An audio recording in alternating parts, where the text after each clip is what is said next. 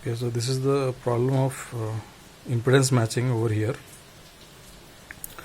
It's a common source configuration having a capacitor CL, there is a resistance RD, there is a feedback between the gate to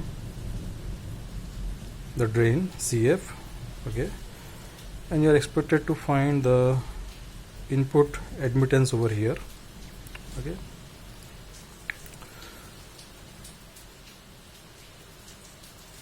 Now to find this, you first of all start with the model of a FET in the common source configuration. So if you neglect the channel length modulation, okay, if you neglect the channel length modulation and body effect, then the model of a FET is simply the gate to source voltage and this current source GM-VGS. This is the model of the FET, a simplified model, by excluding the channel length modulation and the body effect. So we are going to substitute this model in place of this FET over here.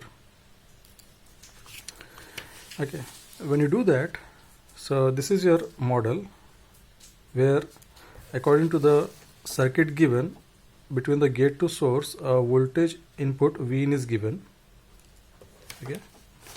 So Vin is here, so VGS becomes equal to Vin. This is the model GM Vin, the model of the FET. Now whenever you draw the AC small signal model, you are going to consider this DC source as a short, replace it by a ground. So when you do that, the RD, this RD, it will be connected to the ground, that is the source. So RD is connected between the drain and the source.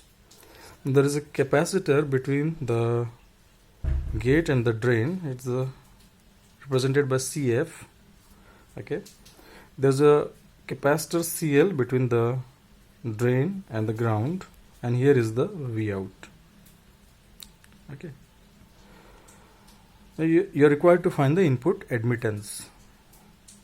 So what you do is you are going to apply a KCL over here to find the total current, okay. You apply the KCL over here.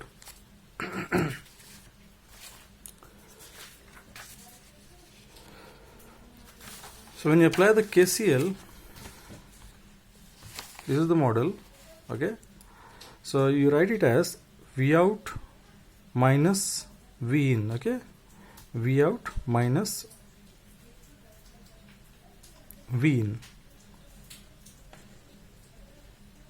okay. This is the V out node, okay. V out, so V out minus V in upon the reactance of the capacitor, that is V out minus V in times CF into S, plus the current source GM V in plus V out upon RD plus V out upon the reactance due to the capacitor CL. This whole thing adds up to 0 according to KCL.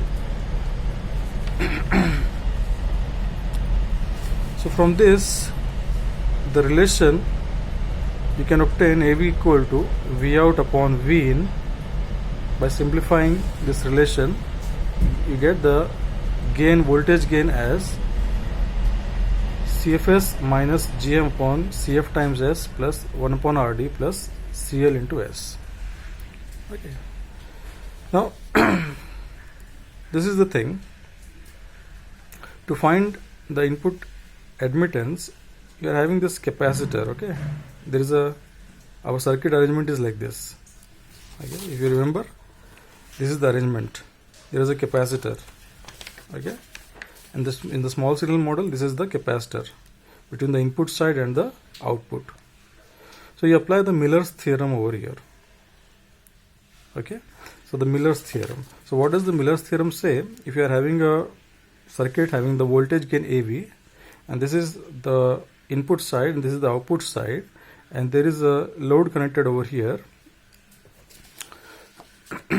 then you can replace this, distribute this load between the input and the output like this. It is written as Z upon 1 minus AV on the input side, and it is written Z upon 1 minus 1 upon AV on the output side. But we are interested in only in the input admittance. So you concentrate only on this part. This is not of use to us. So what is the input impedance? The input impedance is 1 upon CF times S into 1 minus AV. That is Zin. So 1 upon Zin will be equal to Yn. Okay. So this is our Zin. Zin is equal to 1 upon CFS into 1 minus AV. Now you substitute for AV over here. So this was our AV. Substitute this AV over here and you can simplify it to obtain this Zin. And 1 upon Zin is Yn, so you reverse it and you get this thing. Now you replace this S by j omega and simplify to obtain the real and the imaginary parts. Okay, you simplify it, and when you simplify it and you rearrange the terms, you end up with these equations, that the real part of Yn is this thing and the imaginary part of Yn is this thing. Okay, so what does it mean? It means that we are having Yn equal to some real part plus j times some reactance part. Remember, it is plus sign over here. Okay, so suppose, what does it mean? Suppose your Yn is having a value of 0.016 and your reactance part is this thing. Then Zin, if you find the inverse of it, y upon Yn, to obtain Zin, it is actually giving you 50 minus j 25 ohms. So your circuit, this circuit, when you look from this side, it is having an input impedance having a real part of 50 ohm and an imaginary part of 25 ohm. And the imaginary part, you can see it is having a negative sign, so it is actually a capacitive reactance. Okay, so for this voltage source, this circuit looks as if it is providing a real input impedance, a real part and an imaginary part. There is a combination of resistance and the capacitance over here. Okay. So this is what happens for the circuit, for this input, for the source. It looks as if there is Rin and Xin over here. Okay. What is its importance? So Vin is actually a source. It can be a source such as an antenna which is connected through a transmission line, and let its impedance be 50 ohm. The impedance of this transmission line is 50 ohm. It's a real value, 50 ohm. Okay, and this is connected to this circuit, which is having an input impedance which looks as if there is a resistance part and the capacitance part. Okay, and you know that for proper matching, this resistance should be equal to this thing. This whole impedance should be equal to this thing. It means you have to eliminate the reactance part over here. And this reactance is actually a capacitive reactance. So to eliminate this, what you do is you put an inductor over here, such that this reactance of the inductor is equal to the reactance of the capacitance. And so you end up with eliminating the reactive part of your circuit. So now when you put a